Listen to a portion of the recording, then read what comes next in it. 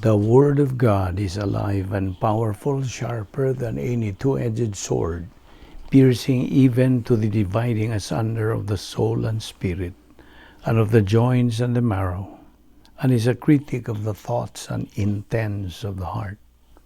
All Scripture is God-breathed and is profitable for doctrine, for reproof, for correction, for instruction in righteousness, that the man of God may be mature, thoroughly equipped unto all good works. Study to show thyself approved unto God, a workman that needeth not to be ashamed, rightly dividing the word of truth. And we urge you, brethren, to recognize those who labor among you and are over you in the Lord, and admonish you, and to esteem them very highly in love for their work's sake. Be at peace among yourselves. 1 Thessalonians 5:12-13. Remember those who rule over you, who have spoken the word of God to you, whose faith follow, considering the outcome of their conduct. Obey those who rule over you, and be submissive, for they watch out for your souls, as those who must give account. Let them do so with joy, and not with grief, for that would be unprofitable for you. Hebrews 13:7 7 and 17. Likewise, you younger people, submit yourselves to your elders. Yes, all of you be submissive to one another, and be clothed with humility. For God resists the proud, but gives grace to the humble. 1 Peter 5:5. If we endure, we shall also reign with him. If we deny him, he also will deny us. 2 Timothy 2:12. Lord, who may abide in your tabernacle, who may dwell in your holy hill, he who walks uptight or uprightly, and works righteousness, and speaks the truth in his heart. Psalm 15:1-2. For as the body is one and has many members, but all the members of that one body, being many, are one body, so also is Christ. For by one Spirit we were all baptized into one body, whether Jews or Greeks, whether slaves or free, and have all been made to drink into one Spirit. For in fact, the body is not one member, but many. If the foot should say, because I am not a hand, I am not of the body, is it therefore not of the body? And if the ear should say, because I am not an eye, I am not of the body, is it therefore not of the body? If the whole body were an eye, where would be the hearing? If the whole were hearing, where would be the smelling? But now God has set the members, each one of them, in the body, just as he pleased. And if they were all one member, where would be the body be? But now indeed there are many members, yet one body. And the eye cannot say to the hand, I have no need of you, nor again the head to the feet, I have no need of you. No, much rather those members of the body which seem to be weaker are necessary, and those members of the body which we think to be less honorable, on these we bestow greater honor, and our unpresentable parts have greater modesty, but our presentable parts have no need. That God composed the body, having given greater honor to that part which lacks it, that there should be no schism in the body, but that the members should have the same care for one another. And if one member suffers, all the members suffer with it. Or if one member is honored, all the members rejoice with it. Now you are the body of Christ, and members individually.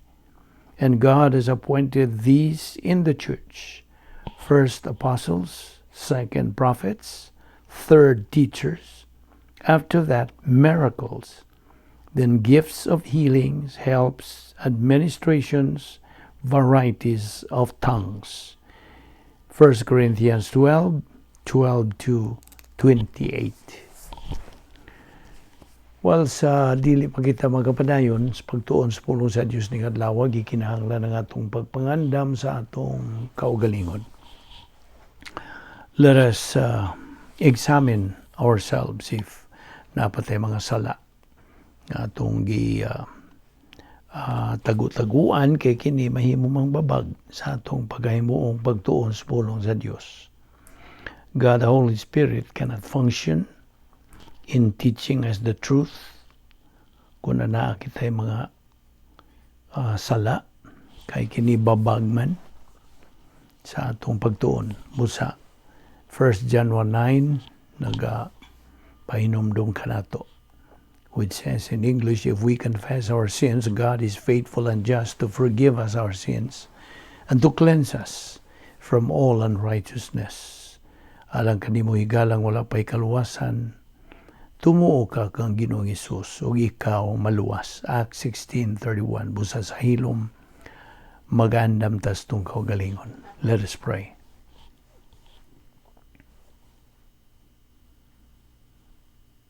Amahan na mo nga langit no, nagapasalamat kami kanimo niining lain sa mga adlaw nga imong padangat kanamo o Dios nga buhi pa kami sa among lawas kini timailhan nga nagalihok pang imong plano sa tagsa-tagsa namo ka kinabuhi. Salamat o Dios sa imong pagdala kanamo ning dapita karon aron kami magapadayon sa among pagtuon sa imong balaang pulong.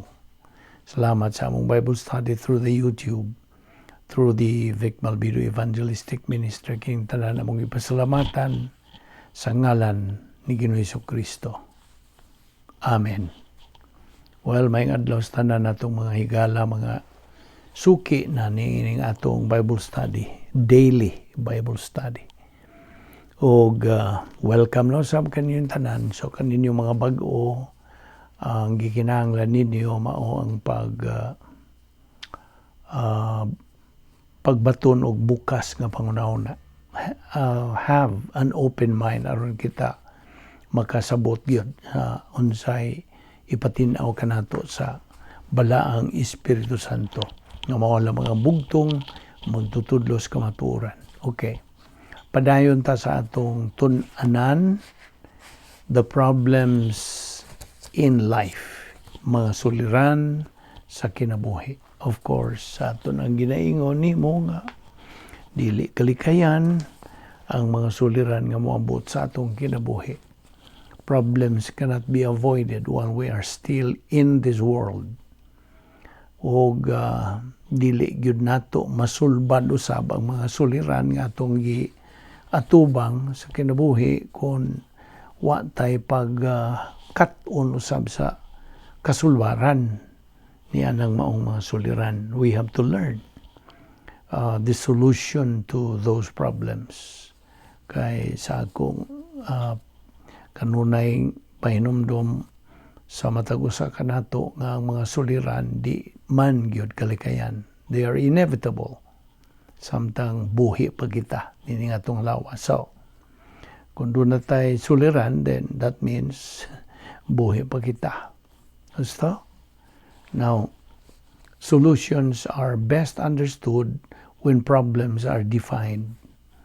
Now, sa balaang kasulatan, kita mga magtutuo, gimanduan kita not to avoid or to choose not to have problems. Meaning denying problems. No, we cannot deny. So, gikinahanglan nga atong tun-an kining mga punto bahin ining pagtulunan o doktrina bahin sa mga suliran sa kinabuhi. So, gisangkapan ta sa Dios ni ining gitawag og 10 problem solving devices. Kay iya maning gi andam sa kanetong wa pang tanan gi andam na ni sa Dios. So mo ni atong sigig tuon din ni.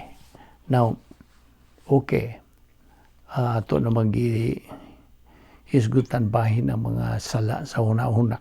Okay, mental attitude sins like fear, anger, hatred, kanang unsa pa, worry, anxiety, guilty feelings, kini mga ehemplo ni sa sala sa una-una. Now, abrihig imo Biblia sa 1 John 4:18.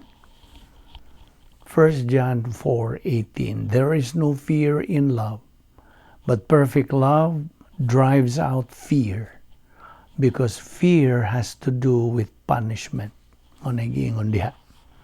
Now, kita nagahigugma sa Dios with reciprocal love. Unsa man ning reciprocal? Silbing sumbalik.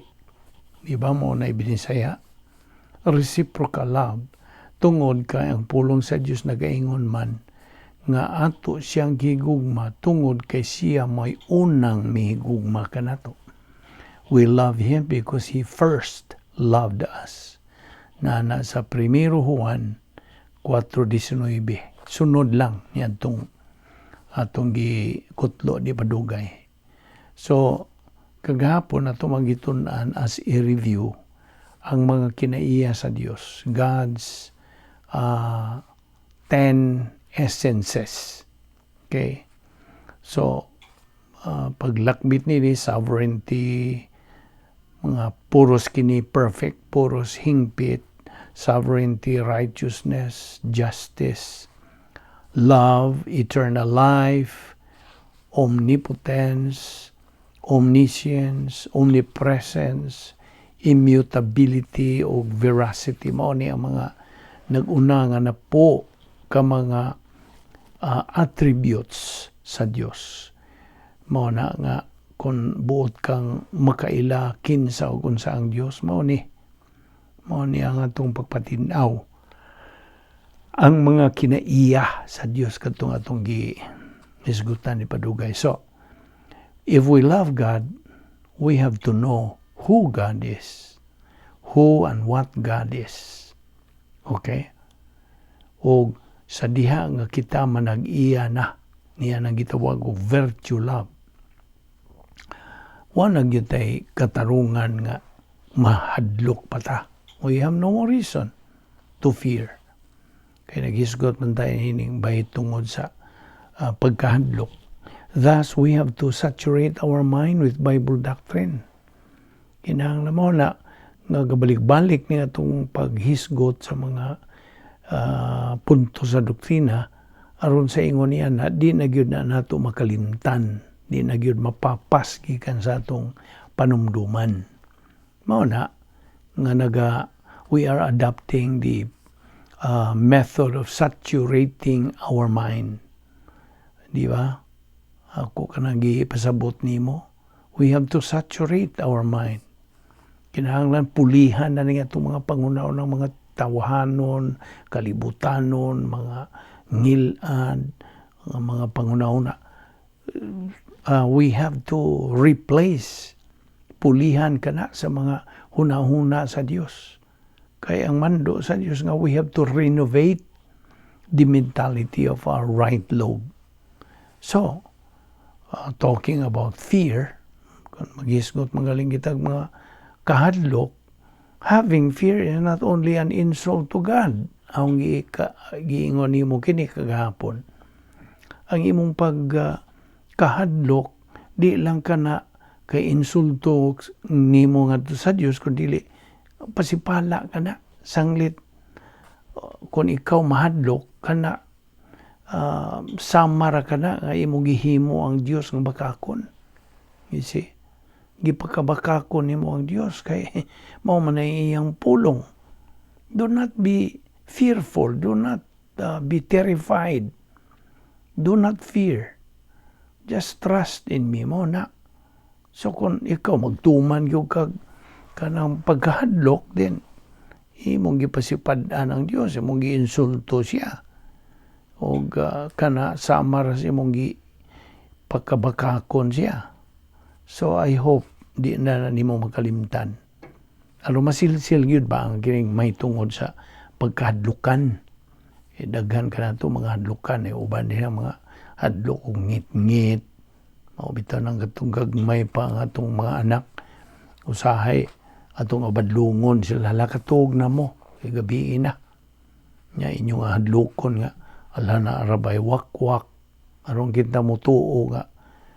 Kanang mga hadlok na noon. You see, na-develop na noon ng ilang kahadlok. Na mga sayop na to sa kaniyad tong miagi na tong mga panahon. You see. So, mao na ang punto atong idani mo. Oh, by the way, having fear or insisting to fear, kana nagpaila nga labihang daghan na pagkuwang diha sa imong espirituhanong pagkinabuhi. There's still missing, lacking in your spiritual life. O taas-taas pag yun ang imong laktan, punbahin, hining puntuha, you still have a long way to go sa imong Kristohanong pagkinabuhi. Now, kung ikaw mo surrender, na may uban ninyo nga mo yung, mura manog ka ng gipulan ako, mo na, basta mo ingon na ganyan ka, gipulan ka na, you get bored. Kuwara ba? God, sa to'y tulo ka attitude nga atong gisgutan na, attitude towards the Word of God. And kay kung unsay imong pagtagad nga tos pulong sa Diyos, mo na imong pagtagad sa Diyos. Ilhagi na, ayaw na ginagkalimti. What your attitude is towards the Word of God is actually your attitude towards God. God and His Word cannot be separated. Hinunong ka. Namaw na. Ngaon sa man ang buot sa Diyos nga atong batunan nga attitude. Di ba ang binisaya sa attitude pagtagad? Di ba? Pagtagad sa muna-una, okay. Mugamit ng taguna-una kung bahin sa pagtagad ang atong attitude. Now, unsa man ang tulo, okay, as a review, ang nag-una nining attitude, bugnaw. Yes, bugnaw, cold. Ikaduha, lukewarm. Kanang inadlaw. Okay? So, unsa may ikatulo? Nagbukal-bukal, nagsukaw-sukaw, boiling hot. Mo ni buot sa Dios nga atong batunan nga pagtagad nga to siyang pulong. You see? Namo na nga kung bugnaw ang imong pagtagad din, tendency rin mo yung na kanang gipuan, I'm bored. So, ndang ka. So, ang atong puntong edad din mo ni, do not give up. Do not throw in the towel. And kay kung ikaw mo give up, mo surrender, well, you are already digging your own grave. Well, that's a figure of speech. You're digging your own grave sa imong pagkapildero. You see, ingon nga Kristohanon. Now, unya, mahimuot ba nimo ang Diyos niya na? Hindi.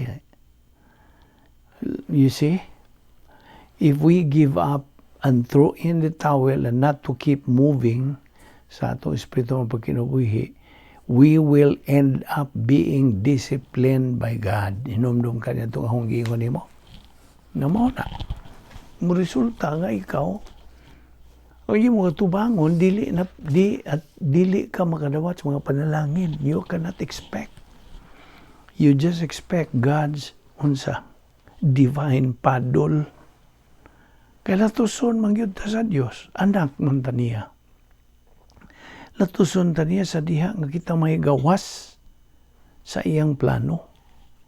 Meaning, gawas ta sa atong operational divine dynasty nga ang atong right place to stay, ang atong royal palace nga naa diha ang gahom sa Espiritu Santo, the power of God, the Holy Spirit nga kita maka fulfill the protocol plan of God. Anha raman ang dapitan na to matuman ang plano sa Diyos sa itong kinabuhi. Outside of it, wala. Di ba? Kaya naghiskot punta mga suliran din problems. Now, that's why we have to study the solutions, pertinent solutions niya itong mga suliran nga itong atubangon.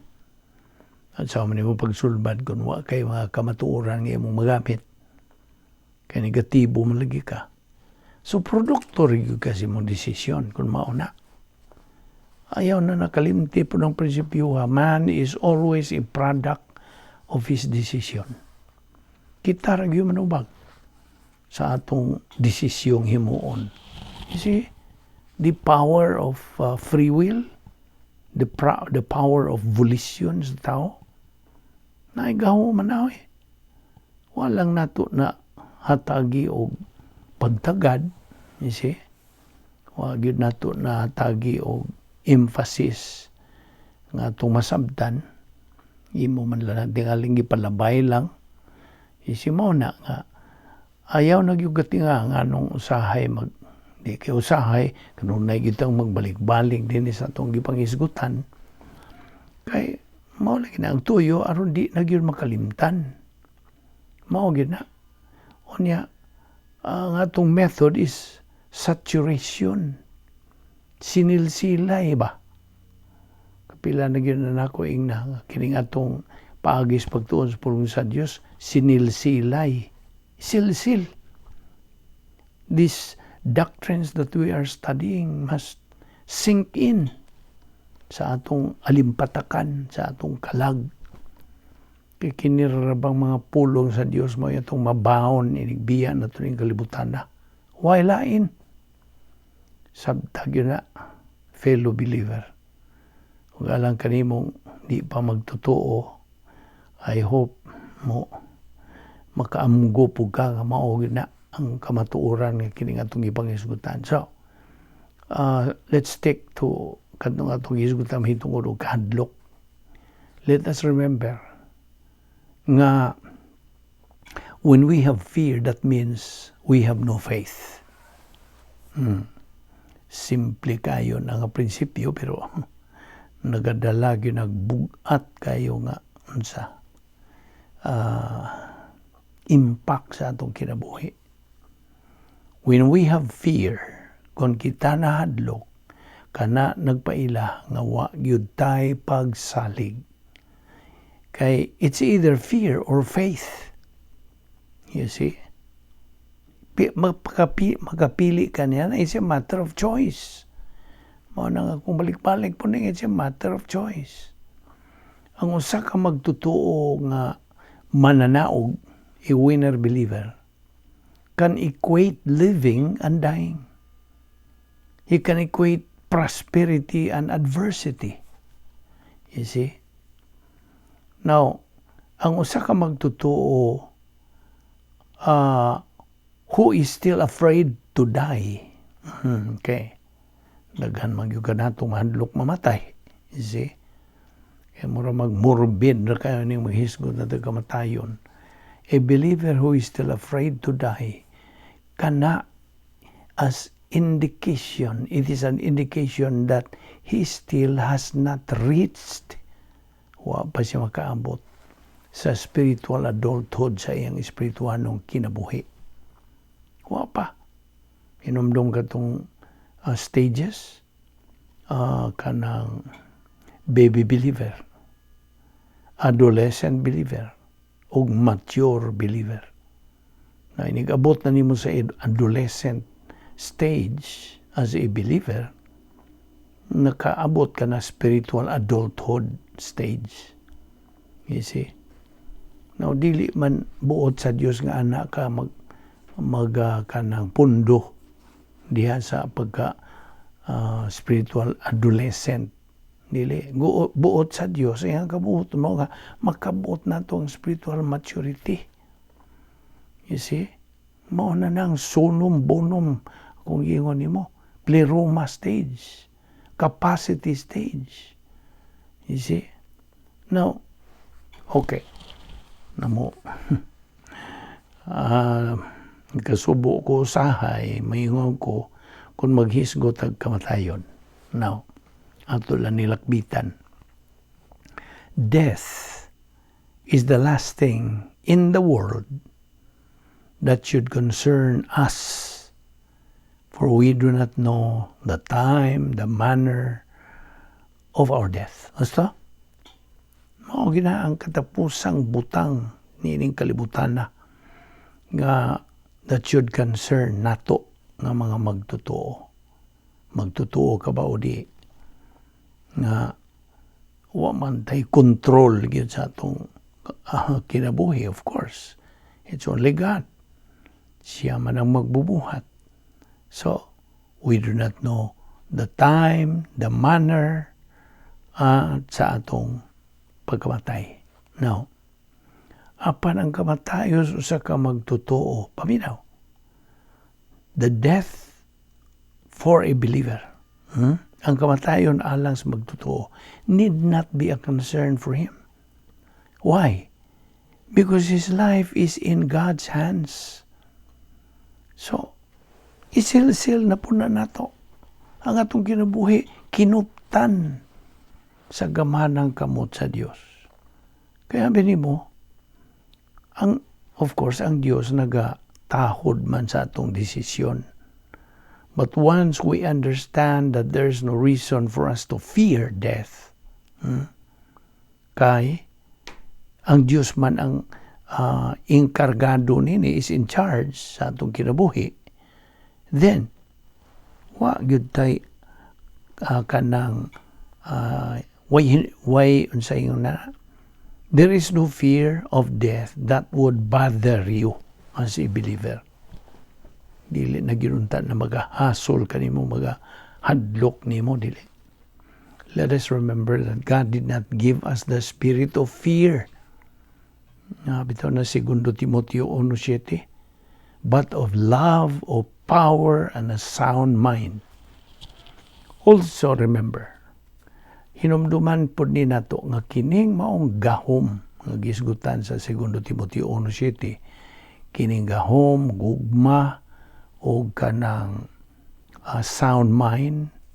Ang kining sound mind is courage, kalig-on, kaisog. Now kini, maangkon lamang nato so diha sa operational divine dynasty nga nagagamit sa pulong sa Dios.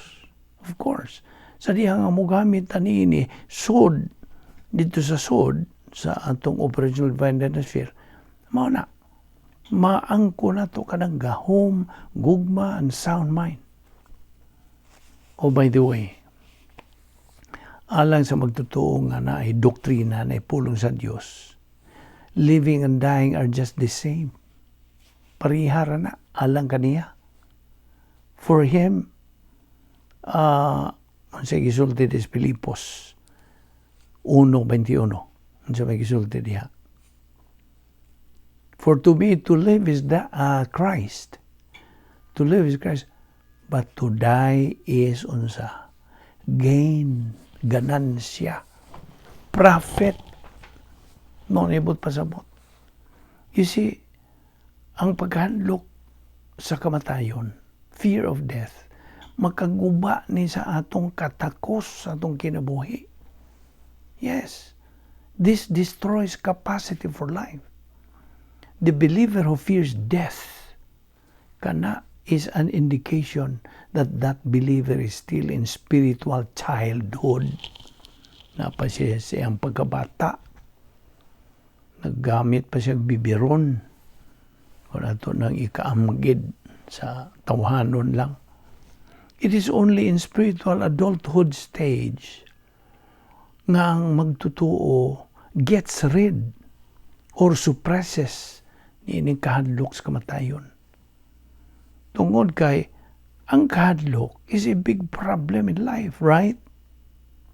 And when fear mao'y mudumala na mag-control na sa itong kinabuhi, when fear rules our life perpetually, then di yun na makapanag-iyag katakos sa kinabuhi, pagkinabuhi. we can never have capacity for life. And capacity for life can only be achieved sa usa ka magtotoo when he has already attained. Yan ang nakabot ang spiritual adulthood. Kasabot ka? So, when a believer is just fearful, tungod kay siya carnal, he will have no capacity for life. Di man inagid na. Nga sa diha nga kita makarnal, naibaw na kung unsay proseso ni pagkakarnal. Matangtang ang imong pagkikabitay sa Dios, wa na kay kanang pagkining dumala sa Espiritu Santo diha kanimo kay unsa man karnal naman ka. Kanang karnal ingnon la nato na unod-non ka naman. Nga noon sa may nakapaunod-non nimo tungod sa imong pagbuhat ng mga sala. You see? So, carnal. So when a believer is just fearful because he is carnal, he will have no capacity for life. Di gyud siya panag-iya og katakos sa pagkinabuhi. Natiman na nato nga ang kahadlok, kaaway ni sa protocol plan of God. Nga naman, tungod kay ang protocol plan of God is courage, kaisog, kaligon, kabaskog. You see? Na ang gahom. So, di man na, nga kong gingon, ang kahadlok, mahimong kaaway o kaaway ang kahadlok. Ang kahadlok kaaway sa protocol nga plano sa Dios. The protocol plan of God is filled with courage. Puno kini sa kaisog, paglaom, kalipay, katako sa pagkinabuhi, na ay kanang kalampusan, na ay mga panalangin, etc. Now, ang usa ka magtotoo nga naay doktrina, naay pulong sa Dios diha siyang kalag, can equate prosperity with adversity. Wa ni kausaban para niya prosperity o kanang adversity. Di balihon niya na, dili na balihon. You see? Ang usa ka lig-on, espirituhanong magtotoo, makabarog siyang kaugalingon, he can stand alone. Ug dili siya salig on other people, but only God's word. Mao ra gyud ang iyang saligan. Dili siya mo sandig o mo salig sa bisag kinsang tao. Wala.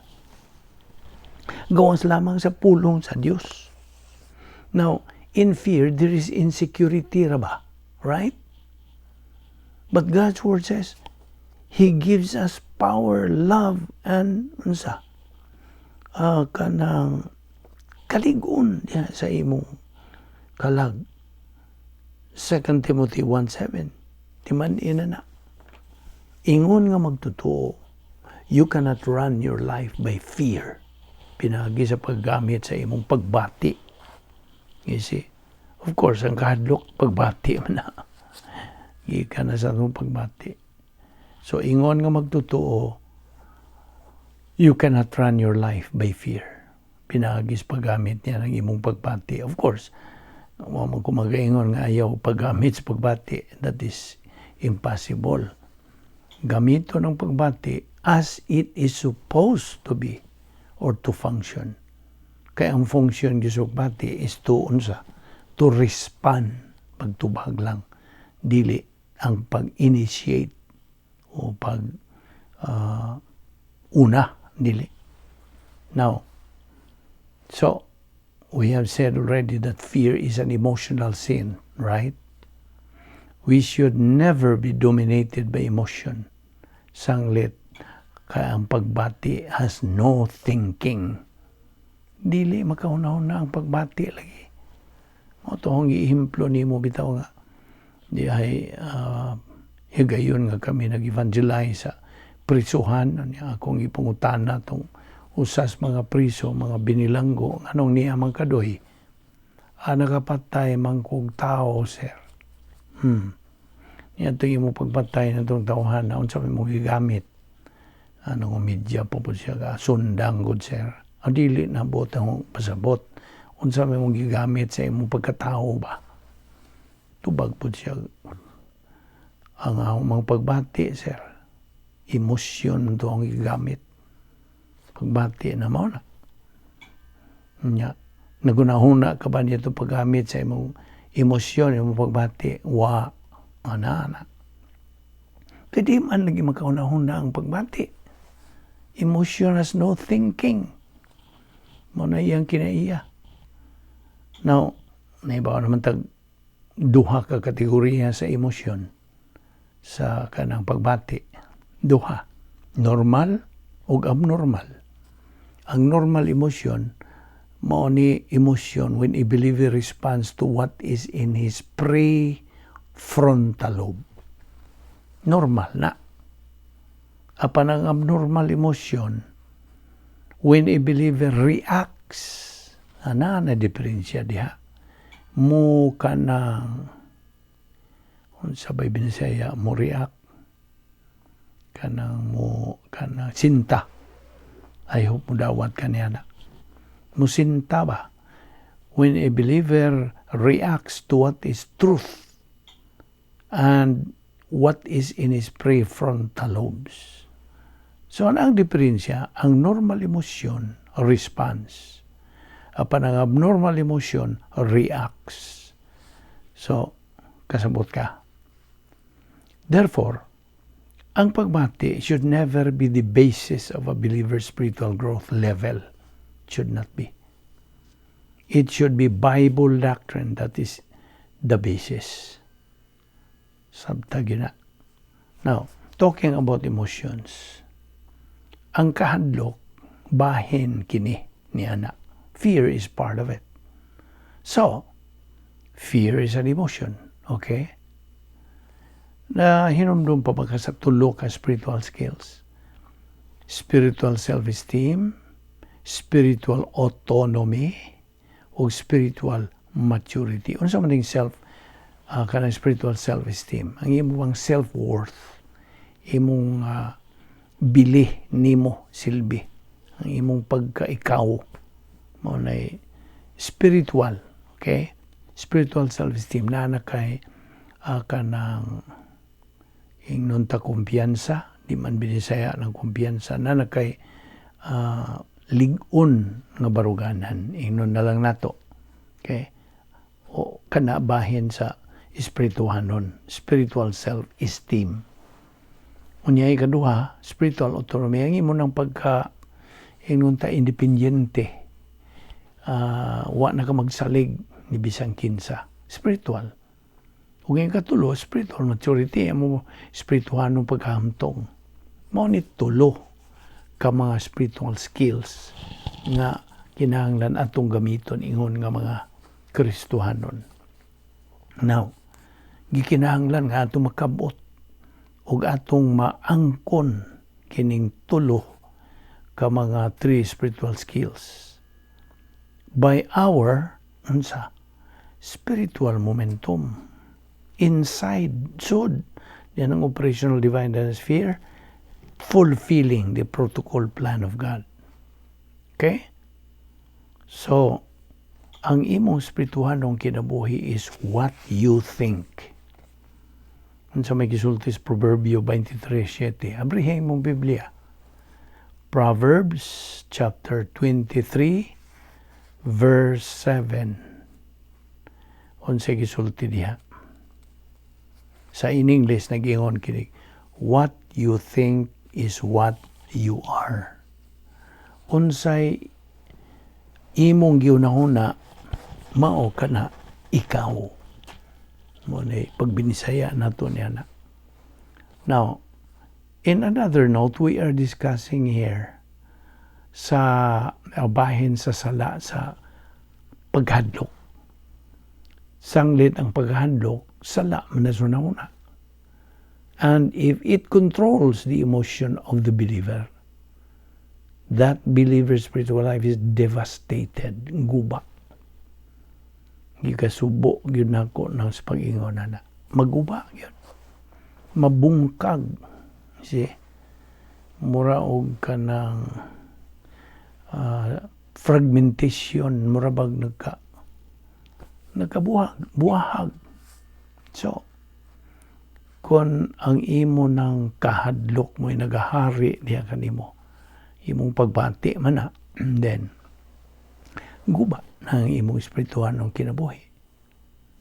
So, emotion should not be used in meeting problems in life. Okay? Kasabot ka ba, ana?